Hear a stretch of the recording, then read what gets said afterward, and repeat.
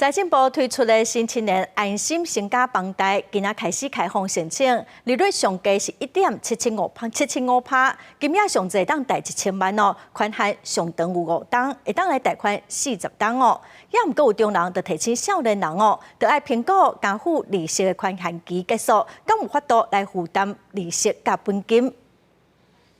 高厝价、高利率时代，未少人要买厝，感觉真辛苦。即马财政部提出新青年安心成家房贷专项，自2023年8月7日上路，提悬贷款额度，增加利息补贴，延长贷款年限，加宽限期，是方向，减轻买厝的人的负担。 自己要缴这么多年的房贷，其实压力还是会有的。问题根源应该还是房价太高，而不是就是用有点像这样子的方式去先鼓励大家买房，但之后才发现后续的问题。 即摆新青年安心成家房贷专案只要满18岁，而且借钱的人配偶无成年子女，下骹无自有主体，经过承办银行查证作为自用主体使用，就应受理。利率由目前的2.025%，搁减1倍，1.775%。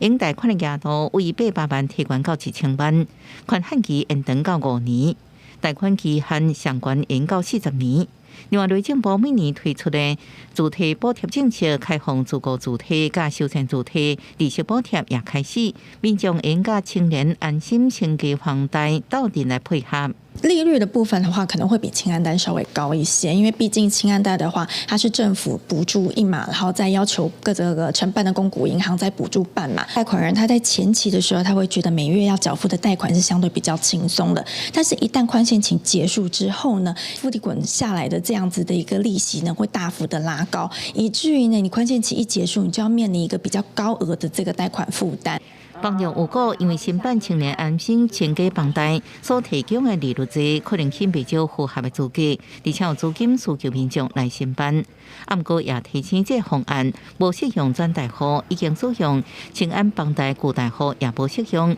提醒买厝的人签约之前，爱补清楚是不是适用。记者综合报道。